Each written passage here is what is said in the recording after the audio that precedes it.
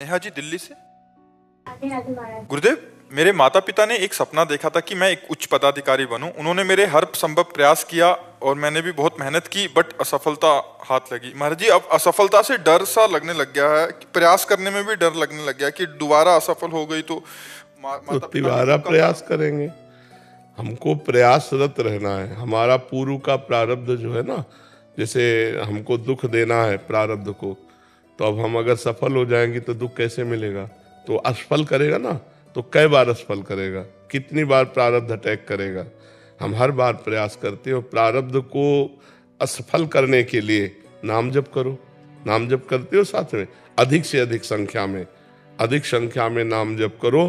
तो जो प्रारब्ध आपको असफल करना चाहता है, आप उस प्रारब्ध को असफल कर दीजिए और आप सफलता प्राप्त कीजिए। मंत्रानुष्ठान में और भगवान के स्तोत्रों में और भगवान के नाम जप में बड़ी सामर्थ्य है।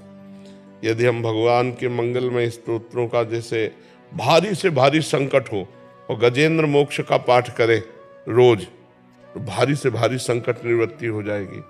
धन चाहिए तो ऐसे स्तोत्र हैं जिनके गायन करने से धन की प्राप्ति होती है। यदि हमें अपने लक्ष्य की प्राप्ति चाहिए तो मंत्रानुष्ठान, जप, इनमें इतनी सामर्थ्य है कि प्रारब्ध को नष्ट करके हमारी सफलता। अब माला दो माला से तो बात बनने वाली नहीं। डट के मंत्रानुष्ठान करो, नाम जप करो, तो यहाँ के अधिकार की क्या बात है, ब्रह्मा का अधिकार मिल जाए। ये तो मर्त्य लोक के कोई अधिकारी पद की बात है, ब्रह्मा का अधिकार मिल जाए। देखो, पूर्व का पुण्य है तो हमारे देश की एक महिला राष्ट्रपति है। तो हम निराश तो कभी होंगे ना कि अब हमसे नहीं हो पाएगा, नहीं। जय बार असफलता मिले तय बार और उत्साह करके हम लगी रहे तो कभी न कभी सफल हो जाएंगे। पर साथ में भजन होना चाहिए।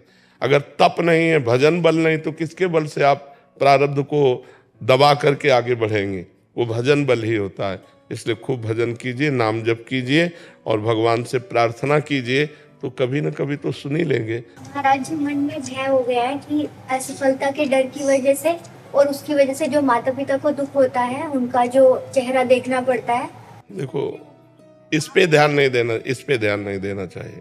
इस पे ध्यान नहीं देना चाहिए। वो तुम्हारे हाथ की बात है क्या?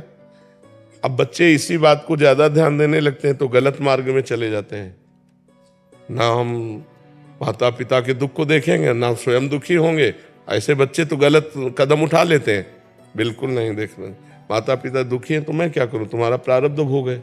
मैं तो प्रयासरत हूं। तुम्हारे प्रारब्ध में नहीं लिखा है हमसे सुख भोगना, तो कैसे करें? नहीं, हम पदाधिकारी बन जाए, आपको सुखी देखें, तो तुम्हारा भी प्रारब्ध है। तो इसलिए नाम जप करो, विवेक पूर्ण रहो, निराश मत हो और किसी के ज्यादा उदास होने पर चिंतन मत करो, क्योंकि वो अपने स्वार्थ से आपकी तरफ देख रहे हैं ना, कोई परमार्थ की तरफ थोड़ी देख रहे हैं। स्वार्थ संबंध की अगर मेरा बेटा बेटी पदाधिकारी हो जाता तो वो भी सुखी रहता और मुझे भी सुख प्राप्त होता, यही चिंतन होता ना। तो वो प्रारब्ध के अधीन है। चाहे जितना प्रयास करो, जब तक प्रारब्ध क्षीण नहीं होगा तब तक आपको बढ़ने नहीं देगा। कई लोग ऐसे होते, ज्यादा प्रयास नहीं करते, उन्नति को प्राप्त हो जाते हैं, उनका प्रारब्ध उनको सपोर्ट कर रहा है। कई लोग ऐसे बहुत विज्ञ है, बहुत प्रवीण है, लेकिन उनकी प्रवीणता कागज में लिखी रखी, उनके पास हासिल है प्रवीणता, पर उसका लाभ वो नहीं ले सकते, क्योंकि प्रारब्ध जहाँ कदम रखेंगे वही गिरा देगा। प्रारब्ध पूर्व का पाप कर्म हमारा होता है ना, तो हम इतना भजन करें कि पूर्व के प्रारब्ध कर्म को हम विध्वंस कर दें, तब तो हम आगे बढ़ सकते हैं। नहीं तो बार बार हमें निराशा, और इतनी निराशा हो जाएगी कि फिर जैसे बच्चे फेल हो जाते हैं, उनको लगता है मम्मी पापा डांटेंगे और मित्र लोग उपहास करेंगे, तो इससे अच्छा ऐसा तो कर लो। ये विवेक नहीं है, बुद्धिमानी नहीं है। हमें हर बार प्रयास करना चाहिए और एक मार्ग में प्रयास निष्फल हो जाए कई बार तो दूसरा मार्ग चयन करना चाहिए। ऐसा नहीं कि आप पदाधिकारी बनकर ही केवल धन कमा सकते हैं। आप व्यापारी बनकर भी तो कमा सकते हैं, आप छोटा काम करके भी तो कर सकते हैं। तो हम देखें कि जिस विषय में बार बार असफल हो रहे हैं तो हमें मार्ग चेंज कर लेना चाहिए, हमें दूसरा मार्ग ले लेना चाहिए।